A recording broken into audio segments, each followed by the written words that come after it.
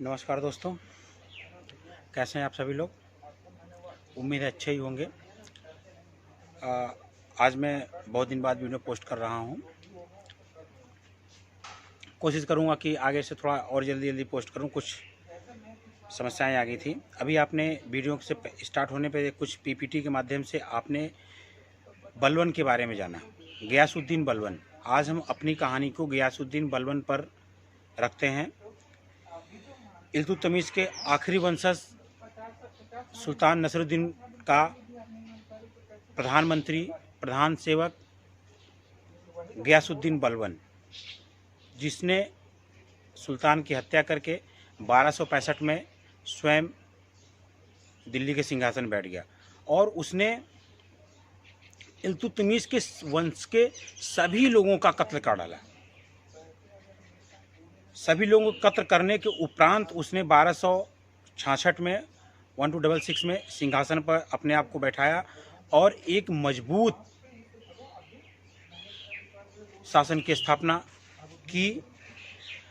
उसके शासन की सबसे महत्वपूर्ण विशेषता थी बलवन की नीतियां। कहा जाता है कि इल्तुतमिश का वास्तविक संस्थापक बलवन ही था।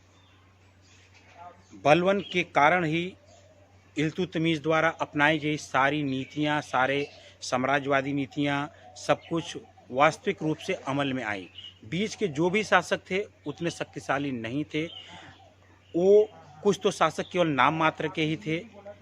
बलवन ने सत्ता संभालते ही सबसे पहले अपने दरबार के जो अंदर षड्यंत्र रचा जा रहा था उसको समाप्त किया। समाप्त करने के दौर में उसने सबसे पहले तुर्कान चहलगानी का अंत किया, क्योंकि सारे साजिश का अड्डा, सारे षड्यंत्र का अड्डा वही 40 सरदारों का गुट ही था।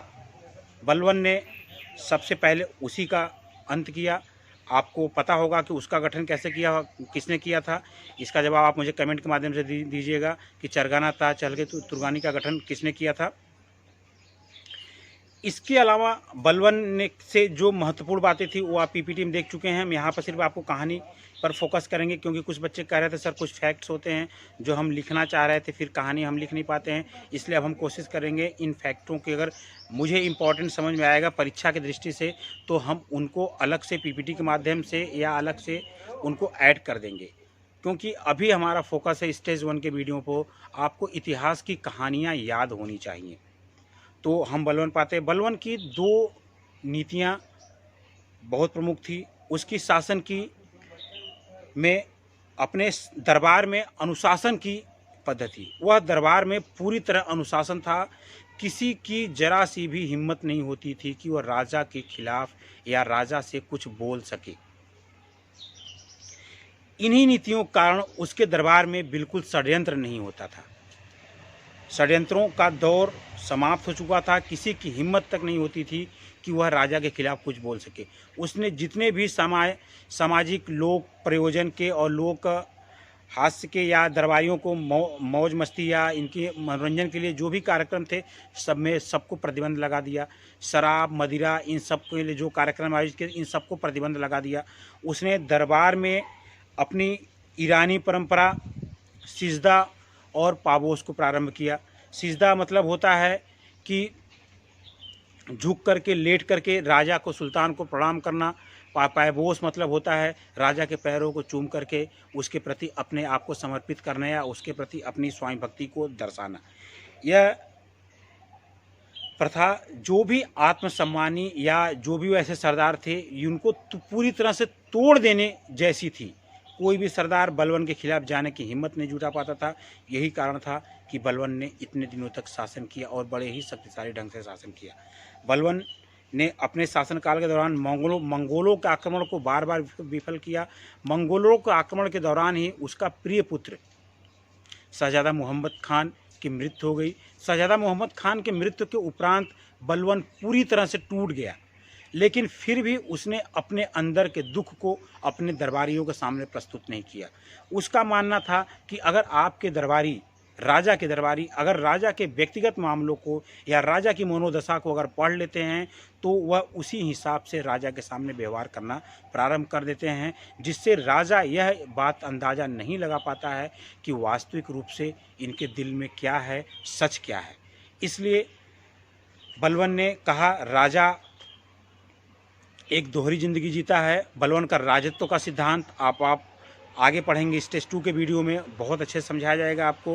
राजत्व सिद्धांत दिखाया जाता है उसमें कि राजा के लिए क्या क्या कुर्बानियाँ दी जाती हैं, क्या क्या देना पड़ता है। राजा एक व्यक्तिगत जीवन नहीं जी सकता है। अब कभी हम आपको प्रेरक प्रसंग में इसके संबंध में एक प्रभु श्री रामचंद्र की बात भी बता देंगे, उन्होंने क्या राजा अपने राजधर्म के बारे में कहा है। लेकिन अभी हम बलवन पर आते हैं।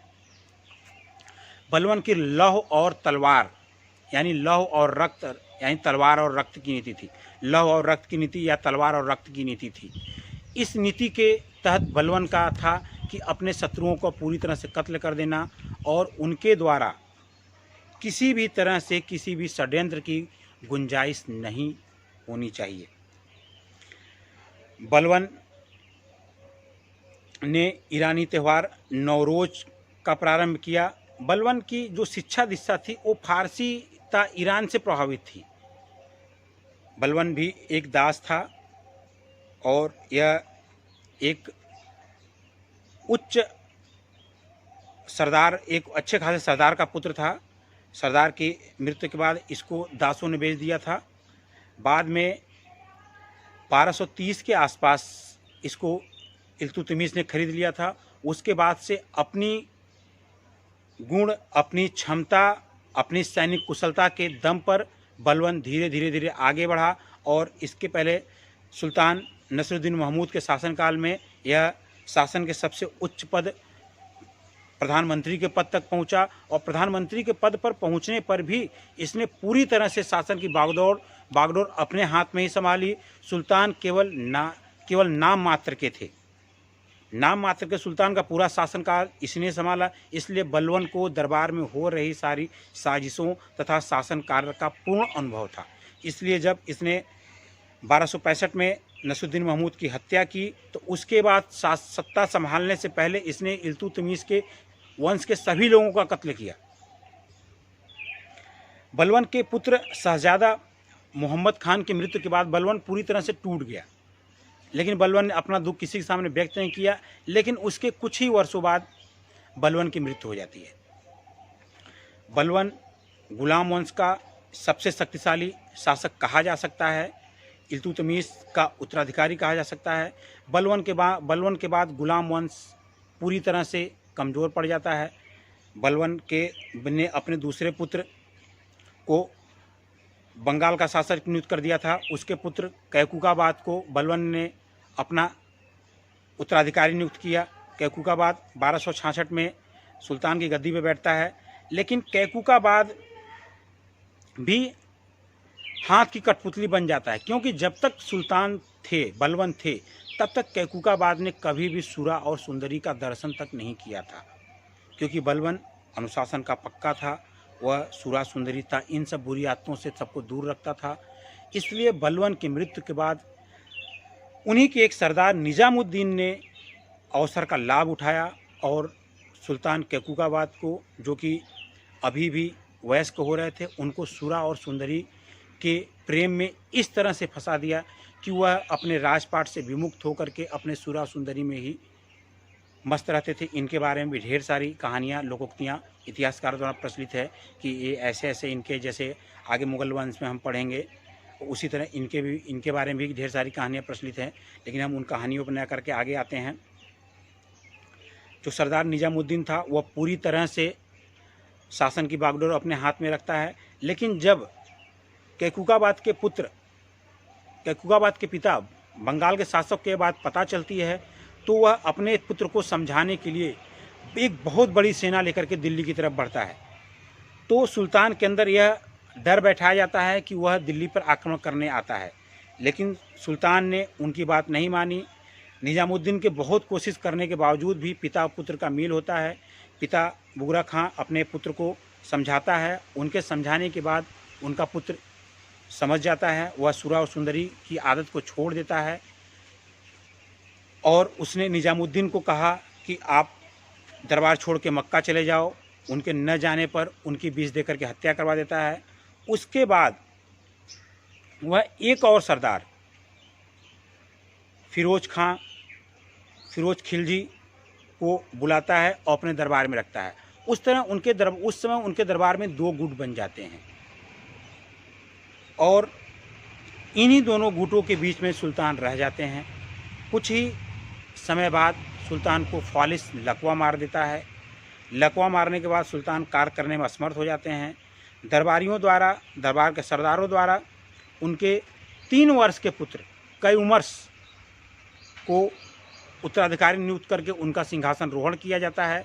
लेकिन अब पूरी तरह से जो अपने अंतिम समय में कैकुकाबाद शासन की बागडोर अपने हाथ में लेने के प्रयत्न में थे, अब वह फिर से पूरी तरह सरदारों के हाथ में चली जाती है।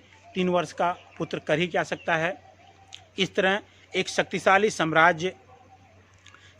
शासक बलवन के वंश का अंत बिल्कुल करीब था। इसी 3 वर्ष के पुत्र जो दरबार में हो रहे षड्यंत्र का शिकार होता है और अंततः 1290 में फिरोज शाह खिलजी जिसको बोलते हैं, जिसने खिलजी वंश की स्थापना की, उसके द्वारा कैकुकाबाद को चादर में लपेट करके यमुना जी में फेंक दिया जाता है तथा 3 वर्ष के बालक सुल्तान कयूमर्स की हत्या कर दी जाती है और दिल्ली में गुलाम वंश का अंत हो जाता है। जो 1206 से कुतुबुद्दीन ऐबक से गुलाम वंश चलता है, जिसमें 3 वंश कुतुबुद्दीन ऐबक के वंश, इल्तुतमिश के वंश और बलवन के वंश, 3 वंश के लोगों ने शासन किया रहता है। इनके अंत का समाप्त करके अब दिल्ली में 1290 में फिरोज शाह खिलजी ने खिलजी वंश की स्थापना की। अगले वीडियो में हम खिलजी वंश के बारे में पढ़ेंगे और मैं आप लोगों से निवेदन करूंगा कि आप लोग अधिक से अधिक वीडियो को शेयर करें और अपनी जो भी समस्याएं हों आप कमेंट के माध्यम से हमसे पूछिए। अब हम अपने इस वीडियो को और भी धीरे धीरे तकनीकी रूप से मजबूत बनाने की तरफ प्रयत्न है। कुछ संसाधनों के अभाव में यह थोड़ा अभी संभव नहीं हो पा रहा है, क्योंकि आप लोग समझ रहे हैं कि लॉकडाउन का समय चल रहा है। लेकिन धीरे धीरे जब स्टेज 2 का वीडियो में आएंगे तो हमारी पूरी तरह से परफेक्ट क्लास रहेगी, जिसमें कोई फैक्ट नहीं छूटा जाएगा। लेकिन अभी स्टेज 2 के वीडियो देखने से पहले आपको स्टेज 1 का ज्ञान होना चाहिए। और बीच में जो हमारे प्रेरक प्रसंग के वीडियो आते हैं आप उनको ज़रूर देखिए, लाइक और शेयर कीजिए। आपके सब्सक्राइब और शेयर से ही हमारा मनोबल बढ़ता है और हम आपको अधिक से अधिक और अच्छा से अच्छा ज्ञान देने की कोशिश करते हैं। अब हमारा गुलाम वंश बिल्कुल समाप्त हो जाता है। गुलाम वंश में हम कुतुबुद्दीन 1206 से चलते हैं, उसके बाद 1210 में इल्तुतमिश से शुरू होते हुए 1236 में रजिया के बाद सरदारों का बदलना 1242, 1246 के बाद नसरुद्दीन महमूद, उसके बाद बलवन का इन सब का आना और अंत में एक 3 साल के सुल्तान कयूमर्स की हत्या के साथ ही गुलाम वंश समाप्त हो जाता है। गुलाम वंश से संबंधित जो भी समस्याएं हैं आप पर्सनली आप मुझे मैसेज और कमेंट करके आप पूछ सकते हैं। आप अपना व्हाट्सएप नंबर भी डाल देंगे तो और भी आपके प्रश्नों का जवाब आपको व्यक्तिगत तौर पे उस पर भेज दिया जाएगा। और आपसे यही निवेदन है, आप चैनल पर बने रहिए, अधिक से अधिक शेयर करिए। नमस्कार।